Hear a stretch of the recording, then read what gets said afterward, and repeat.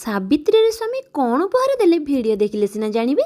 ଆଜି ହେଉଛି ସାବିତ୍ରୀ। ମୁଁ ଜାଣିଛି ସବୁ ଭଉଣୀମାନେ ମୋ ଭଳି ତାଙ୍କ ସ୍ୱାମୀମାନଙ୍କ ପାଇଁ ବ୍ରତ କରିଥିବେ। କିନ୍ତୁ ମୋ ବାପା ଚାଲିଗଲା ପରେ ଯିଏ ମୋ ବାପାଙ୍କ ଭଳି ମୋତେ ସ୍ନେହ ଆଦର କରିଛନ୍ତି, ସିଏ କେବେ ବି ମୋତେ ଅନୁଭବ ହେବା ପାଇଁ ଦେଇନାହାନ୍ତି ଯେ ମୋର ବାପା ନାହାନ୍ତି, ତାଙ୍କ ପ୍ରତି ମୁଁ କ'ଣ ଅବହେଳା କରିପାରିବି। ସେଇଥିପାଇଁ ତ ସକାଳୁ ପ୍ରଥମେ ଉଠି ସବୁ ଘରର କାମ ସାରି ଦେଇଥିଲି, ତାପରେ ବାପାଙ୍କୁ ଉଠେଇ ନେଇ ଆସି ତାଙ୍କର ନିତ୍ୟାନ୍ତ କର୍ମ ସାରି ଦେଇଥିଲି। ଆଉ ଡକ୍ଟରଙ୍କ କହିବା ଅନୁଯାୟୀ ତାଙ୍କର ଡେଲି ତେଲ ମାଲିସ ଆଉ ଚାଲିବାଟା ତ ନିହାତି ଜରୁରୀ। ତାପରେ ସବୁ କାମ ସରିବା ପରେ ମୁଁ ଗାଧୁଆ ପାଧୁଆ ସାରି ରେଡି ହେଇଯାଇଥିଲି, କାହିଁକି ନା ମନ୍ଦିର ଯିବା ପାଇଁ ପଡ଼ିବ, ଆଜି ପରା ସାବିତ୍ରୀ। ଆଉ ମନ୍ଦିର ଆସିକି ପହଞ୍ଚିଲାକୁ ଏତେ ଭିଡ଼ ହେଇଥିଲା, ମୋତେ ତ ଲାଗିଲା ଆଜି ପୂଜା ସାରିକି ଗଲାବେଳକୁ ସନ୍ଧ୍ୟା 5ଟା ହବ। ଯାହା ବି ହଉ ମୁଁ ଜଲ୍ଦି ପୂଜା ସାରି ପଳେଇ ଆସି ଆଗେ ବାପାଙ୍କୁ ଖାଇବା ପାଇଁ ଦେଇଥିଲି, କାହିଁକି ନା ସେତେବେଳକୁ ଟାଇମ ହେଲାଣି 2:30। ତାପରେ ମୁଁ ଆସିକି ସାବିତ୍ରୀର ବାକି ଥିବା କର୍ମକୁ ପୁରା କଲି। ଆଉ ସ୍ୱାମୀଙ୍କୁ କହିଲି ମୋତେ ଆଜି କ'ଣ ଗିଫ୍ଟ ଦଉଛ? ସ୍ୱାମୀ କହିଲେ ଦହି ନେଇ ଆସିଛି, ଲସି ବନେଇକି ପିଇଦେ, ଆଉ କ'ଣ ଦେବି। କ'ଣ ଆପଣଙ୍କ ସ୍ୱାମୀ ବି ଏମିତି କେବେ କରିଛନ୍ତି? କମେଣ୍ଟରେ ଜଣେଇବେ। ରହିଲି, ଜୟ ଶ୍ରୀ।